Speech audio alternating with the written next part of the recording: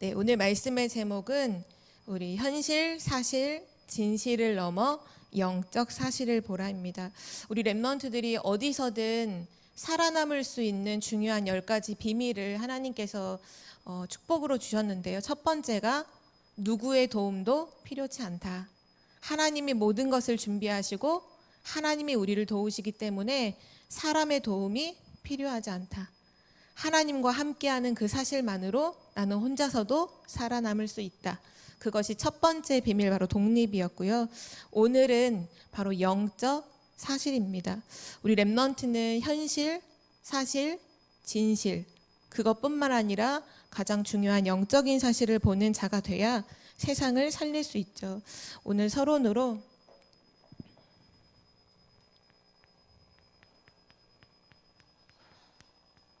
항상 확인해야 돼요. 하나님께서 우리를 지금 이 시대에 237 치유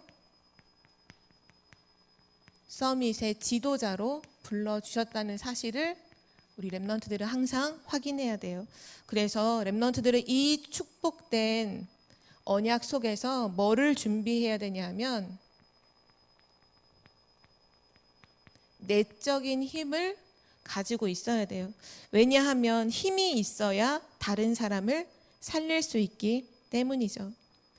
오늘 핵심 말씀 결론에서도 나왔는데요. 구원받은 하나님 자녀에게는 가장 쉬운 것을 하나님께서 주셨어요. 이 내적인 힘, 다른 말로 하면 영적인 힘이라고 하는데요. 이 영적인 힘을 얻는 가장 쉬운 방법이 뭐냐? 하나님을 향하여 집중하는 거예요. 하나님을 바라보는 거죠. 그래서 이사야서 40장 31절에 오직 여호와를 앙망하는 자는 새 힘을 얻으리니 독수리의 날개치며 올라감 같을 것이고 걸어가도 피곤치 아니하고 모든 사람들이 다 넘어지고 다 쓰러질지라도 여호와를 앙망하는 자는 절대 넘어지고 쓰러지지 않게 된다. 새 힘을 얻으리라. 이 새 힘을 얻는, 여호와를 앙망하는 바로 그 시간이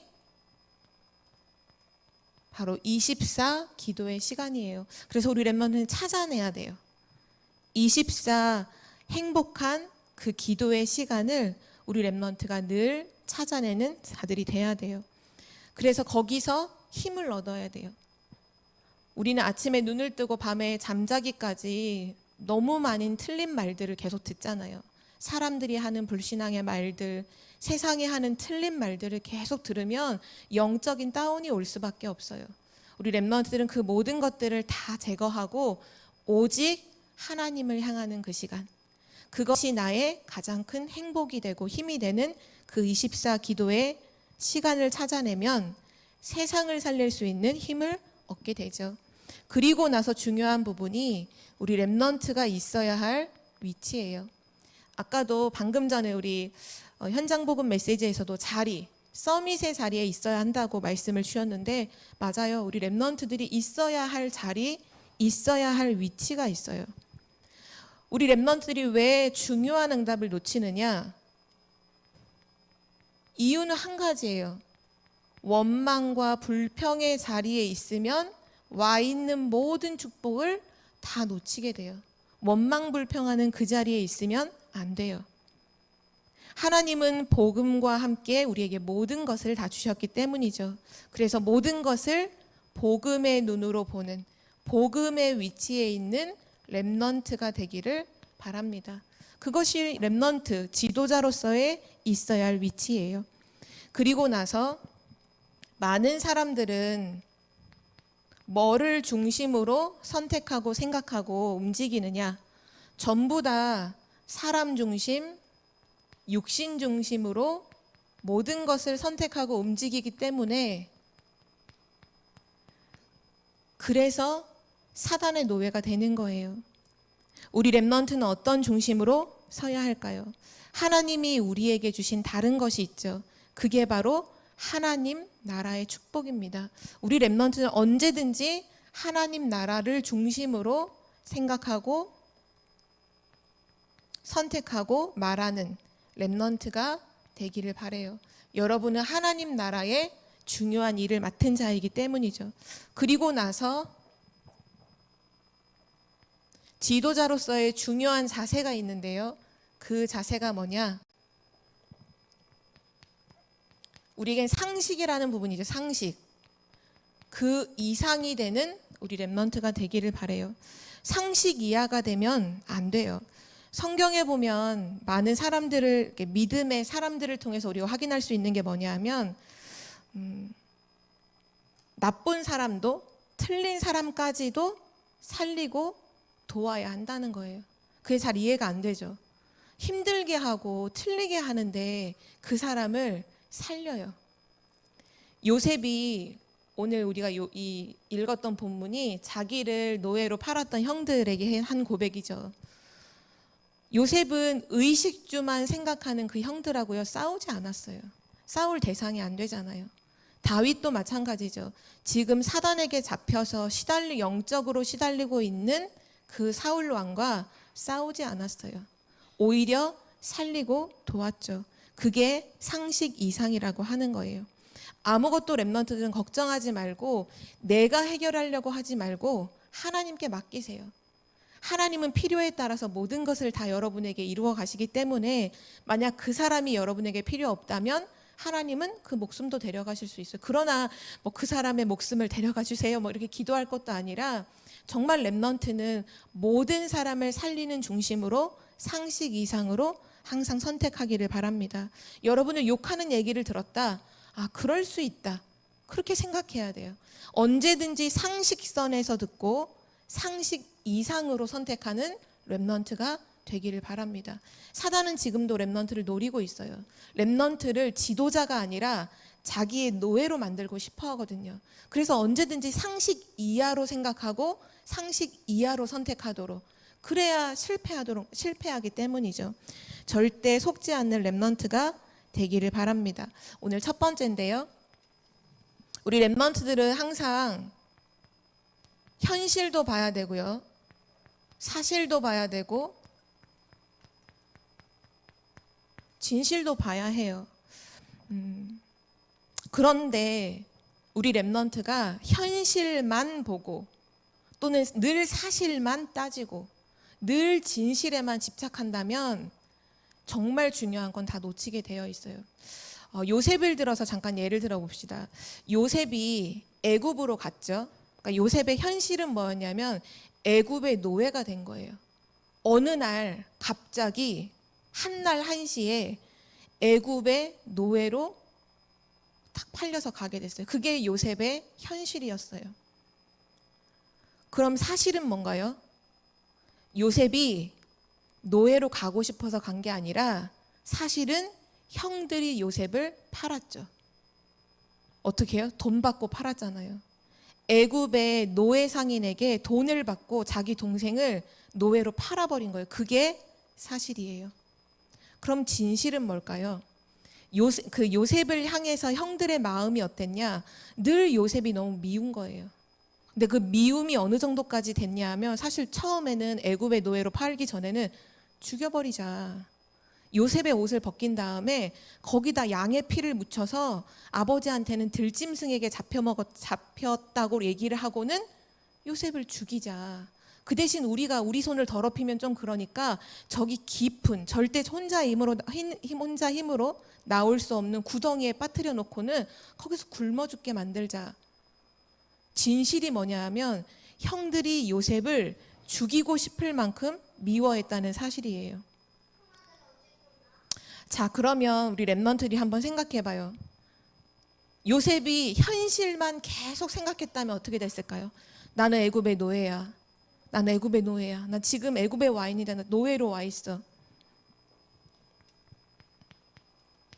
현실만 계속 보면요.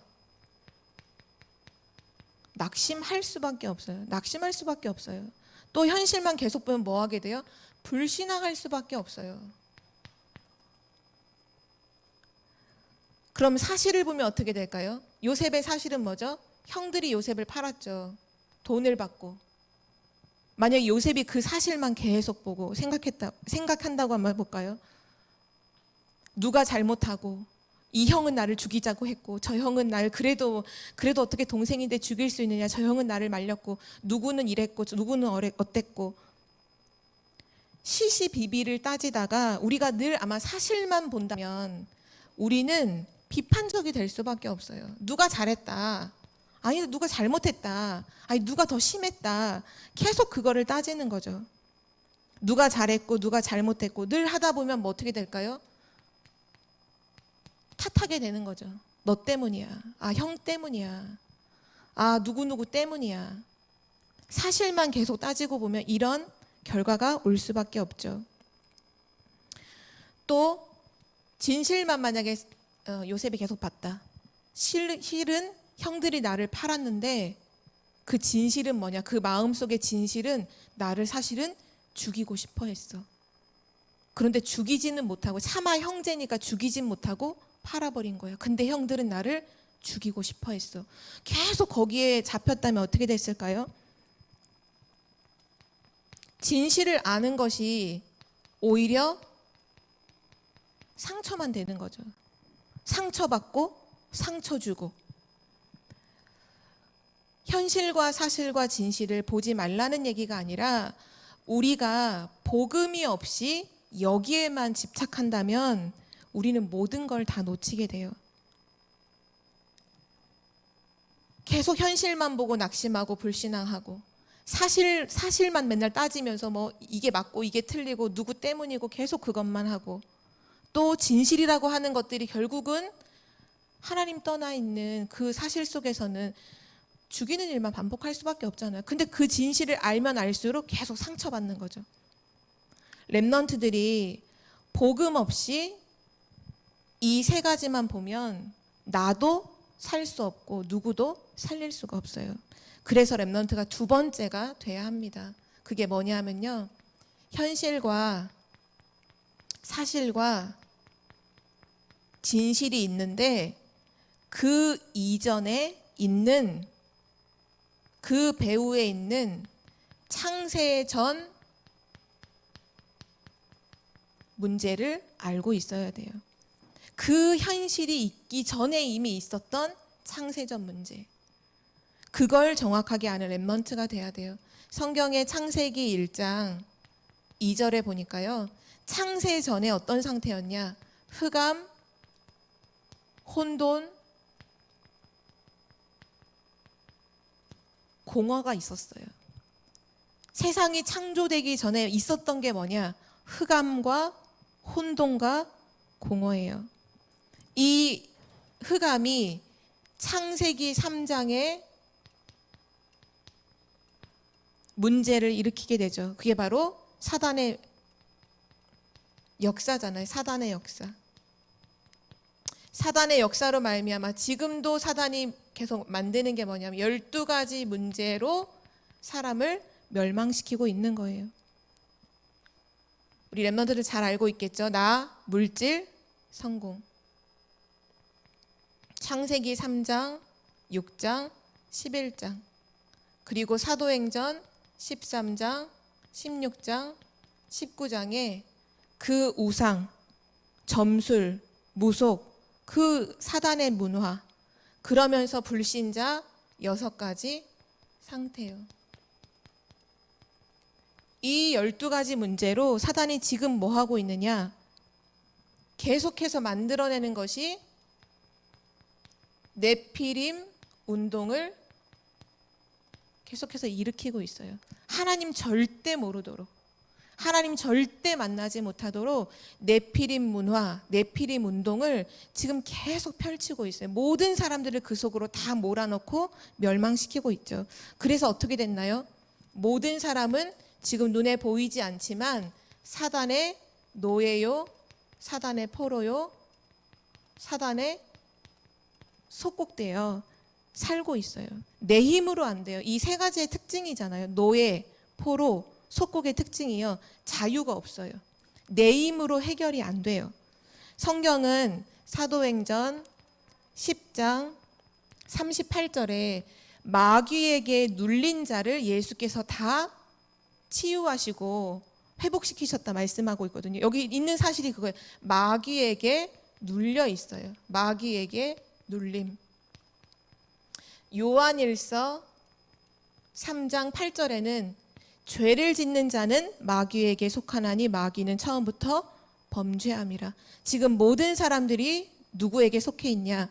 마귀에게 속해 있어요. 눌려 있을 뿐만 아니라 마귀에게 속했어요. 완전 재앙과 저주죠. 그리고 에베소서 2장 2절에 보면 그때 너희는 그 가운데서 행하여 이 세상 풍조를 따르고 공중의 권세 잡은 자를 따랐으니 지금 불순종의 아들들 가운데서 역사하는 영이라. 사단을 따르고 있어요. 사단 마귀에게 눌려 있고 속해 있고 그것을 따라 사는 그 상태가 바로 노예요, 포로요, 속국이죠. 한마디로 얘기하면 지금 인간은 절대 불가능 속에 있는 거예요. 절대 불가능 속에 있어요. 그 절대 불가능한 속에 있는 인간이 어떤 현실을 만나고 사실을 만나고 진실을 만난다. 안 되는 거예요, 안 되는 거. 이미 사단에게 잡혀있는 그 속에서 사람들이 하는 모든 일들, 사람들이 하는 모든 말들, 일어나는 모든 사건들, 그거를 당하고 있으니 이게 해결이 안 되는 거죠.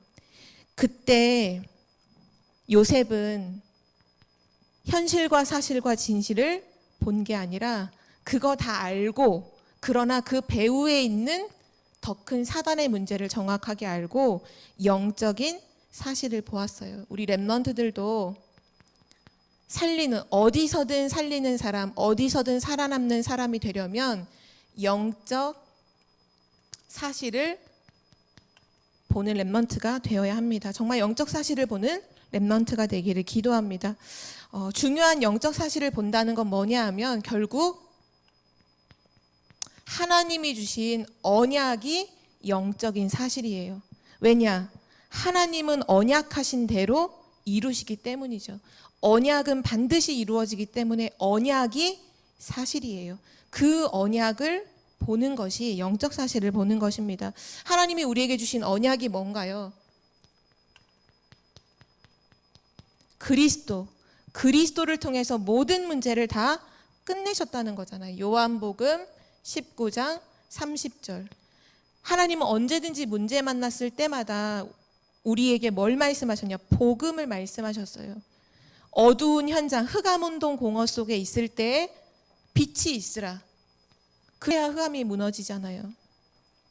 창세기 3장 문제가 일어났을 그때 창세기 3장 15절에 여자의 후손이 뱀의 머리를 상하게 할 것이다.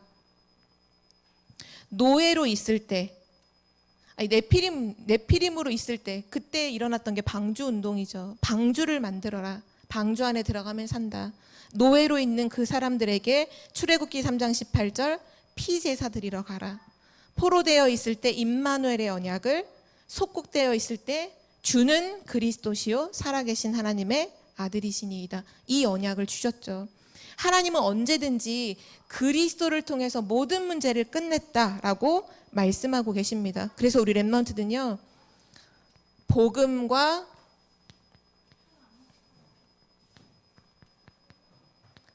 복음의 능력을 언제든지 보는 렘넌트가 돼야 돼요. 이 축복을 우리에게 주신 것입니다. 두 번째로 주신 축복이 뭐냐? 바로 임마누엘의 축복이에요. 하나님이 우리와 함께 하신다는 거죠. 성삼위 하나님께서 지금 나와 함께 하신다는 사실. 말씀으로 함께 하시고 삶 저주를 해결하시고 지금도 성령의 능력으로 역사하신다는 그 사실. 이것이 영적인 사실이에요. 우리 렘넌트들이 문제 만났을 때 뭘 봐야 되나요? 그리스도가 모든 문제 끝냈다. 이거 더 이상 문제 아니다. 이건 문제, 내가 받은 이거는 재앙으로 온 것이 아니라는 걸 알아야 돼요. 왜냐? 모든 재앙은 그리스도께서 다 끝내셨기 때문이죠. 그리고 그 문제 속에서 뭘 봐야 돼요? 하나님이 나와 함께 하신다. 그걸 봐야 돼요. 그게 영적 사실을 보는 거예요. 그리고 세 번째, 뭐를 봐야 되나요? 하나님은 나를 통해 세계 복음화 하신다고 약속하셨어요. 그래서 우리를 누구로 부르셨죠? 렘넌트로 불러주셨죠. 그게 증거예요. 나를 렘넌트로 불러주셨다는 사실은 나를 통해 세계 복음화 하시겠다는 사실이에요. 그 영적 사실을 봐야 돼요. 요셉은 처음부터 알았어요. 그리스도, 창세기 3장 15절에 그 언약을 붙잡고 있었고, 하나님이 나와 함께 하시는 임마누엘을 누리고 있었고, 나를 통해 세계복음화, 하늘의 해와 달과 11별이 무릎 꿇고 절했던 것처럼 그 시대에 모두가 섬기고 있었던 게 태양신이었잖아요. 그때 태양이 내 발 앞에 무릎 꿇는다는 건 어마어마한 세계복음화에 하나님이 꿈을 주신 건데, 그거를 가지고 있었어요. 형들이 나를 애굽으로 판 것이 아니라 하나님께서 나를 세계복음화 하시려고 애굽으로 보내신 것이다. 처음부터 영적인 사실을 알았죠. 우리 렘넌트들도 이 축복을 아는 렘넌트가 되기를 기도합니다. 바로 세계복음화라고 하는 이 축복 속에서 우리에게 주신, 우리 힘으로 할 수 없잖아요. 세계복음화는. 그래서 주신 능력이 바로 보좌의 축복, 시공간 초월, 237의 빛이에요. 보좌의 축복으로 뭘 하시나요? 지금도 주의 천사를 보내시고 주의 사자를 보내시고 주의 천군을 파송하시죠. 도단성 운동했던 엘리사를 기억하죠. 엘리사가 있던 도단성에 아람 군대가 삥 둘러서 진을 쳤어요. 왜요? 엘리사 한 명 잡아 죽이려고요. 그런데 엘리사는 두려워하질 않아요. 자기의 종에게 뭐라고 말하는 줄 알아요? 우리와 함께하는 자가 저들과 함께하는 자보다 많으니라. 지금 우리와 함께하는 자가 더 많아. 근데 그 종은 못 보거든요. 그때 엘리사가 기도해요. 하나님, 종의 눈을 열어서 보게 하옵소서. 성경은 뭐라고 기록했나요? 하늘의 천군 천사, 그 불말과 불병거가 도단성을 둘렀다고 안 그랬어요. 엘리사를 둘렀더라 이렇게 했어요. 언약 가진 세계복음화할 그 사람을 둘러서 파송되는 존재가 바로 천군이요 천사요 주의 사자입니다. 그게 바로 왜냐? 보좌의 축복이거든요. 엘리사에게만 있나요? 지금 이 자리에 있는 렘넌트 여러분에게도 있어요. 여러분이 세계복음화할 렘넌트가 맞다면, 여러분이 어려움 만났다, 하늘의 불말과 불병거가 여러분을 이미 둘러싸고 있어요. 그걸 보는 렘넌트가 돼야 돼요. 우리와 함께한 자가 저들과 함께한 자보다 많다. 두려워할 거 없다. 그때 어떻게 되죠? 싸우지 않고 이기죠. 시공간 초월은 뭔가요? 결국 지금 우리의 싸움은 네피림 운동과의 싸움이에요. 그 네피림 운동을 움직이는 사단을 너무나 간단하게 이기는 것이 바로 성령의 역사죠. 그것이 시공간을 초월하여 지금도 역사하고 있어요. 바로 렘넌트에게 주신 축복이에요. 지금 237 전 세계는 흑암 가운데 있죠. 캄캄함이 만민을 가리웠어요. 흑암이 지금 모든 사람들을 다 잠식했어요. 그 어둠을 이기는 간단한 답이 있죠. 유치부 렘넌트도 알더라고요. 빛이요. 바로 237을 살리는 그리스도의 빛이 여러분에게 주신 축복이에요. 왜요? 여러분은 세계복음화할 렘넌트이기 때문이죠. 영적 사실 보세요. 현실과 사실과 진실 중요하지만 그걸로 아무것도 못해요. 아무것도 못한다니까. 진실 알면 뭐 할 건데? 상처만 받는데, 상처만 주는데. 진실, 내가 너에게 솔직하게 얘기할게 하면서 하는 얘기들이 다 상처 주는 얘기만 하잖아요. 그거에 묶여있을 렘넌트가 되면 안 돼요. 렘넌트는 영적 사실, 언약을 보는 렘넌트가 되기를 기도합니다. 마지막 결론입니다. 오늘 읽었던 창세기 45장 7절 8절을 제가 다시 한번 읽어드릴게요. 하나님이 큰 구원으로 당신들의 생명을 보전하고 당신들의 후손을 세상에 두시려고 나를 당신들보다 먼저 보내셨나니 그런즉 나를 이리로 보낸 이는 당신들이 아니요 하나님이시라. 하나님이 나를 바로에게 아버지로 삼으시고 그 온 집의 주로 삼으심에 애굽 온 땅의 통치자로 삼으셨나이다. 하나님께서 나를 애굽의 지도자로 세우셨다. 그 고백을 한 거예요. 당신들이 한 게 아니라 하나님이 나를 여기로 보내셨다. 당신들의 생명 그리고 당신들의 후손을 구원하시기 위해서. 우린 누군가요? 237 치유 서밋의 지도자예요. 하나님은 언약하신 대로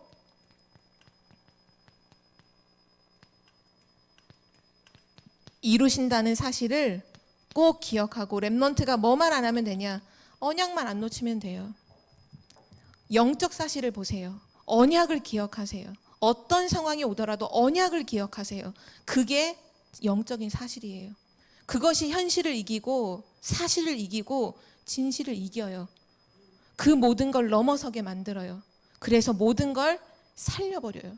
이 모든 걸 그냥 살려버려요. 뭘 어떻게 하는 게 아니라 그냥 살려버려요. 다 살려버려요. 자기를 미워하는 형들도 살리고, 자기를 억울하게 누명 씌웠던 보디발에 다 살려요. 그냥 다 살리는 거예요. 영적 사실을 보면 하나님의 어마어마한 언약이 있기 때문에 다 살리게 되어 있어요. 우리 렘넌트들, 여러분은 세계복음화 렘넌트입니다. 하나님이 함께해요. 그리스도가 모든 문제 끝냈어요. 여러분이 할 거는 아무것도 없어요. 언약만 붙잡으면 돼요. 그 한 가지에 집중하는 이번 한 주가 되기를 기도합니다. 사랑의 하나님, 감사합니다. 우리의 모든 문제를 해결하시고 우리가 무엇을 하는 것이 아니라 하나님의 완전하신 언약 속에 내가 있음을 확인하고 언약 붙잡는 렘넌트가 되게 하여 주옵소서. 영적 사실을 보는 렘넌트가 되게 하시고 현실과 진실과 사실까지도 살려버리는 렘넌트가 되도록 인도하여 주옵소서. 감사드리며 주 예수 그리스도의 이름으로 기도드립니다. 아멘.